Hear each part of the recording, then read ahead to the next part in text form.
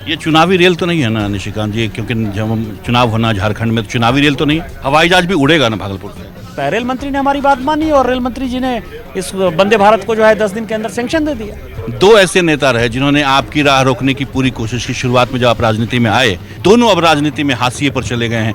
5-6 घंटे में कोई हावड़ा पहुंच जाएगा, ये कभी सोचा था? झारखंड 40% रेवेन्यू देता है रेलवे को। रेलवे जो है केवल ऐसे नहीं चलती ना, उसके लिए पैसा देना पड़ता है ना। मलूटी लोगों को जाना है, मसांजोर लोगों को देखना है, बास्कीनाथ जाना है, मंदार जाना है, लोगों को पता ही नहीं है। एक ऐसा सवाल पूछ रहे हैं जिसका जवाब हो सकता है आप दें भी ना भी दें। गोड्डा के यदि मुझे विकास करना है तो टापू में विकास नहीं होगा, भागलपुर का भी विकास करना होगा, बांका का भी करना होगा, साहबगंज का भी करना होगा, पाकुड़ का भी करना होगा, गिरिडीह का भी करना होगा। इस वक्त हमारे साथ मौजूद हैं भागलपुर के लाल और गोड्डा के सांसद निशिकांत दुबे।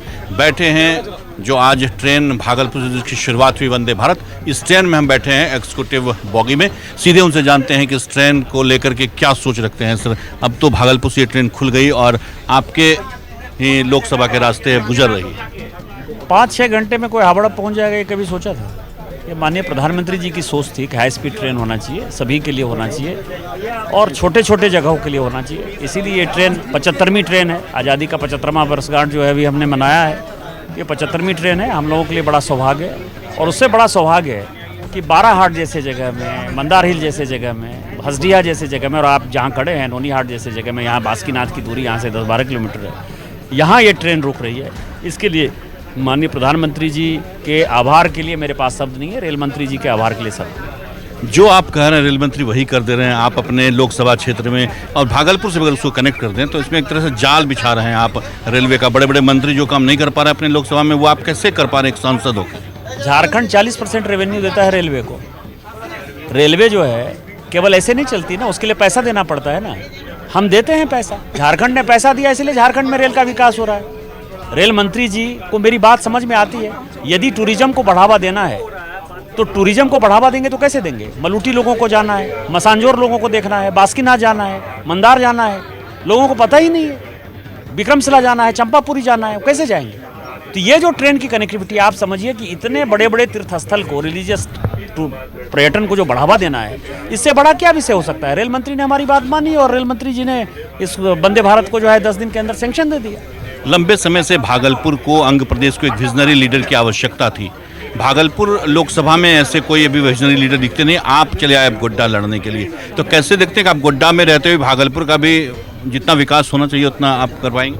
चाह रहा है ना, वंदे भारत गई भागलपुर ना, मैं इसको गोड्डा से भी तो चालू कर सकता था। मेरे लिए क्या परेशानी थी? गोड्डा से तो रेल मंत्री ने मना नहीं किया कि मैं गोड्डा से नहीं चालू करूंगा, लेकिन हमने क्या किया? हमने चालू किया कि भागलपुर से चालू हो, क्योंकि एक टापू की तरह जो है गोड्डा लोकसभा का विकास नहीं होना है। गोड्डा लोकसभा का विकास होगा, पाकुड़ का भी विकास होना चाहिए, साहबगंज का भी होना चाहिए, जामताड़ा का भी होना चाहिए, दुमका का भी होना चाहिए, तभी भागलपुर का होगा, बांका का होगा, तभी हम विकास कर सकते हैं। यही कारण है कि माननीय प्रधानमंत्री जी ने विक्रमशिला, कटेरिया, 3000 का गंगा पुल दिया बटेश्वर स्थान में, वो भागलपुर के लोगों को दिया ना। कहलगांव और पीरपैंती के लोगों के लिए गोपालपुर, नौगछिया, बिहपुर जो है वो तो अलग अलग था, वो अलग जिला है, हम अलग जिला है, जबकि फैक्ट ये है कि वो भागलपुर जिला है। ये जब पुल बनेगा बटेश्वर स्थान में तो उससे कनेक्ट होगा।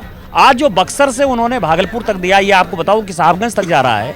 गंगा के किनारे किनारे जो 4 लेन का रोड बनेगा, उसमें कई एक ब्रिज बनेंगे, ये किसने दिया? भागलपुर के विकास के लिए दिया। उसी तरह से विक्रमशिला विश्वविद्यालय दिया, ये किसने दिया? पीरपैंती का जो है थर्मल पावर प्लांट दिया, किसने दिया? तो उस इलाके के विकास के लिए, पूरे अंग प्रदेश के विकास के लिए माननीय प्रधानमंत्री जी का जो मिशन पूर्वोदय है वो सक्सेसफुल है और वो चल रहा है। जिन लोगों को नहीं विकास दिखाई देता है उनके बारे में मैं कुछ नहीं सकता। वंदे भारत तो अब चल गई सर भागलपुर से, लेकिन एक बड़ी मांग जो वहाँ के लोगों की हवाई सेवा, और आप पहले ऐसे शख्स रहे हैं जिन्होंने कहा है कि जो अभी हवाई पट्टी है भागलपुर में, वहाँ से हवाई जहाज नहीं उड़ सकती है और उसके लिए कोई वैकल्पिक व्यवस्था भी। 3 तरह के प्रस्ताव आए हैं, उसमें सुल्तानगंज की तरफ है 2 और 1 गौराडी में। आप इसको कैसे देखते हैं? क्या हवाई जहाज भी उड़ पाएगा भागलपुर से? निशिकांत दुबे के जहाज अब उड़ेगा, लेकिन मैं बताऊं कि जो मुझे समझ में आता है, मतलब मैंने इसके बारे में बहुत ज़्यादा ध्यान नहीं दिया है, लेकिन जो मुझे अब समझ में आता है कि जो 3 प्रस्ताव यहाँ से डीएम ने भेजा है, उसमें से सुल्तानगंज का जो प्रस्ताव है देवघर सुल्तानगंज मार्ग का, मुझे लगता है कि शायद वही बिहार सरकार भी चाहेगी कि वो बने, भागलपुर ज़िले में बनेगा और कोई बड़ा फ़र्क नहीं पड़ता। 10-15 मिनट का जो है कोई फ़र्क। गौराडी से भी यदि किसी को आना होगा यहाँ मार्केट खलीफाबाग चौक, तो उसको भी 20 मिनट लगेगा, और जिसको सुल्तानगंज से आना होगा उसको भी 20 मिनट लगेगा, क्योंकि 4 लेन का रोड बन गया है। और वहाँ उनको सुविधा क्या होगी कि मुंगेर के लोगों को जाना है, जमुई के लोगों को जाना है, तारापुर के लोगों को जाना है, सुल्तानगंज में पर्यटन की दृष्टि से जाना है, खगड़िया क्रॉस करना है, बेगूसराय जाना है, बरौनी जाना है, लखीसराय जाना है, तो उसमें वो सबसे ज़्यादा नज़दीक मुफीद होगा, क्योंकि यहाँ शहर से निकलना ही उनके लिए मुश्किल होगा। तो मुझे जो समझ में आता है कि एयरपोर्ट तो बनेगा, और एयरपोर्ट जो है वो जितना मैं समझ पाता हूँ कि सुल्तानगंज में बनेगा। एक ऐसा सवाल पूछ रहे हैं जिसका जवाब हो सकता है आप दें भी ना भी दें। 2 ऐसे नेता रहे जिन्होंने आपकी राह रोकने की पूरी कोशिश की। शुरुआत में जब आप राजनीति में आए, भागलपुर लोकसभा चुनाव आप लड़ना चाहते थे, एक कह सकते हैं अश्विनी चौबे और शाहनवाज हुसैन, दोनों अब राजनीति में हाशिए पर चले गए हैं, और निशिकांत दुबे तो उभर करके सामने आ गए, हर काम आप करा लेते हैं। आखिर क्या ऐसा जादू करते हैं प्रधानमंत्री, रेल मंत्री या अलग अलग जो भी मंत्री रहते हैं, हर मंत्री आपकी ही बात सुन लेता है और आप एकदम चमकते चले जा रहे हैं? क्या कुछ ऐसा कर रहे हैं? शाहनवाज जी मेरे बहुत पारिवारिक मित्र हैं, और अश्विनी जी से फैमिली का रिलेशन है। राजनीति में जब कोई आदमी, जब तक कि उसकी मौत नहीं हो जाए, उसको आप हाशिए पर नहीं कर सकते। मैं ऐसा नहीं मानता कि उनकी जिम्मेवारी भले बदली है, अश्विनी जी की जिम्मेवारी बदली है, शाहनवाज जी की जिम्मेवारी बदली है।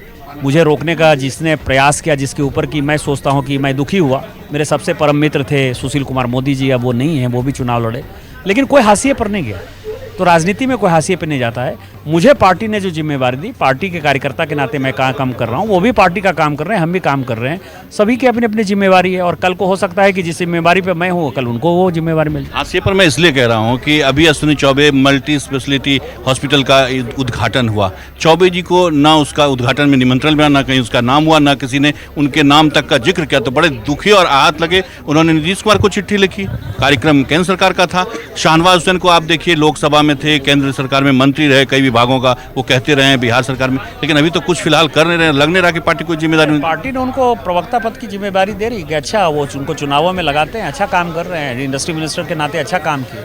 जहाँ तक अश्विनी जी का सवाल है, वहाँ क्या घटना हुई नहीं पता, लेकिन आप अभी वंदे भारत से जब जाएंगे तो आपको दिखाई देगा कि जो पूर्व मंत्री लुइस मरांडी हैं, वो अभी दुमका स्टेशन पे मौजूद होंगे। भारतीय जनता पार्टी किसी को छोड़ती नहीं है, उनकी अपनी व्यक्तिगत समस्या होगी, पार्टी की कोई समस्या नहीं। गोड्डा के लोगों को तो आपसे अपेक्षा है ही, लेकिन साथ ही साथ हम भागलपुर के लोगों को भी ये चर्चा करते सुनते हैं कि लोगों की सारी उम्मीदें और सब कुछ अब आपके ही ऊपर टिपी होती है। वंदे भारत गई तो भागलपुर गई ना, अगरतला वाली ट्रेन गई भागलपुर गई ना, डिब्रूगढ़ वाली ट्रेन गई तो भागलपुर गई ना, कभी गुरु गई तो भागलपुर गई ना।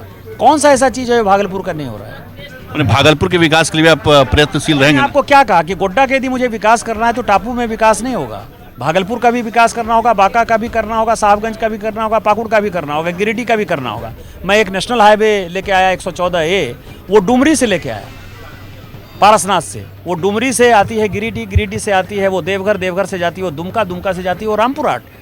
तो अब आप कहेंगे कि मैंने बंगाल के भी बारे में, मैंने बंगाल के बारे में नहीं सोचा, मैंने गोड्डा के बारे में सोचा कि गोड्डा को यदि कनेक्टिविटी, रेल तो जाएगा तो अलग जाएगा ना, रोड यदि जाएगा तो अलग जाएगा, एक जिले में थोड़े बनेगा। यदि नेशनल हाईवे बनाना है आपको तो अलग अलग जिलों में बनाना है, अलग अलग राज्यों में बनाना है। रेल लाइन यदि बिछाना है तो आपको अलग अलग जगह बनाना है। जैसे अभी गोड्डा से पाकुड़ रेल लाइन का जो है मैंने सेंक्शन करा, तो गोड्डा से पाकुड़ रेल लाइन दी जाएगी तो वो गोड्डा जाएगी, साहबगंज जाएगी, पाकुड़ जाएगी। मेरे लोकसभा में वो 10 किलोमीटर जाएगी।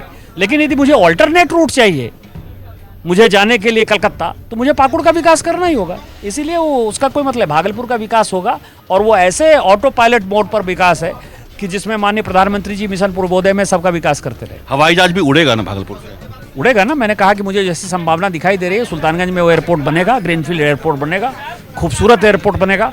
सुल्तानगंज के साथ मेरा व्यक्तिगत बहुत इमोशन रहा है। आज यदि मैं जो कुछ भी हूँ उसमें सुल्तानगंज का बहुत बड़ा योगदान है। मेरे 10th तक की पढ़ाई सुल्तानगंज में हुई है, मेरा स्कूल है, मेरे में जो संस्कार है उसमें सुल्तानगंज का बड़ा योगदान है। तो मुझे तो बड़ी खुशी होगी कि सुल्तानगंज से एयरपोर्ट हो। और अजगैबीनाथ और देवघर ये भी जुड़ जाएगा फिर? वो तो पहले से जुड़ा हुआ है, वो तो सांस्कृतिक तौर पर ऐसा जुड़ा हुआ है कि जब तक बाबा है तब तक सुल्तानगंज है, जब तक सुल्तानगंज है तब तक बाबा है। उनके बिना तो आप बाबा बैद्यनाथ की और सुल्तानगंज की कल्पना जो है देवघर के बिना कर ही नहीं सकते ना। ये चुनावी रेल तो नहीं है ना निशिकांत जी? क्योंकि जब चुनाव होना झारखंड में, तो चुनावी रेल तो नहीं है? माननीय प्रधानमंत्री जी ने कौन ऐसा काम किया जो कि चुनावी रेल हो गया? हम दूसरी पार्टी की तरह नहीं है ना, हम जनता का विकास करते हैं। 5 साल मुझे यहीं सांसद रहना है। क्या मुख्यमंत्री का चेहरा भी लोग अब बताने लगे हैं आपको झारखंड का? एक सवाल ऐसा है, अभी तक भागलपुर का ही वोटर हूँ ना। जिस दिन मैं झारखंड का वोटर हूँगा तो मैं मुख्यमंत्री के बारे में सोचूंगा। अभी तक पार्टी ने मुझे आदेश नहीं दिया है। बहुत शुक्रिया हमसे बात करने के लिए। ये थे निशिकांत दुबे, गोड्डा के सांसद और भागलपुर के लाल निशिकांत दुबे, जिन्होंने सभी मुद्दों पर बहुत ही बेबाक तरीके से अपनी राय रखी और कहा है कि अगर गोड्डा का विकास होगा तो टापू में केवल विकास नहीं हो सकता है, विकास भागलपुर का भी करना होगा और भागलपुर से हवाई जहाज उड़ के रहेगा। और सुल्तानगंज में जो जमीनें चिन्हित की है, जो 2 प्रस्ताव सुल्तानगंज की तरफ से भी गया है, 3 प्रस्ताव में से उसमें सुल्तानगंज को लेकर के उन्होंने कहा है कि हवाई जहाज उड़ेगा तो वो सुल्तानगंज से, और इनका पूरा लगाव है और पूरा प्रयास है भागलपुर का भी विकास इसी तरह से होगा। साथ ही निशिकांत दुबे ने शाहनवाज हुसैन और अश्विनी चौबे के मुद्दे पर भी बेबाक तरीके से अपनी राय रखी है। उन्होंने कहा कोई भी नेता हाशिए पर नहीं गए हैं, सबको जिम्मेदारी मिली है पार्टी की तरफ से। हाँ, ये अलग बात है कि निशिकांत दुबे का हर मंत्री और प्रधानमंत्री के साथ कुछ ऐसा संबंध है कि जो भी काम ये लेकर वहां जा रहे हैं बहुत बखूबी उनका ये काम हो जा रहा है। कैमरा पर्सन सुबोध के साथ मिलिंद गुंजन, टीवी अंक प्रदेश, वंदे भारत, भागलपुर।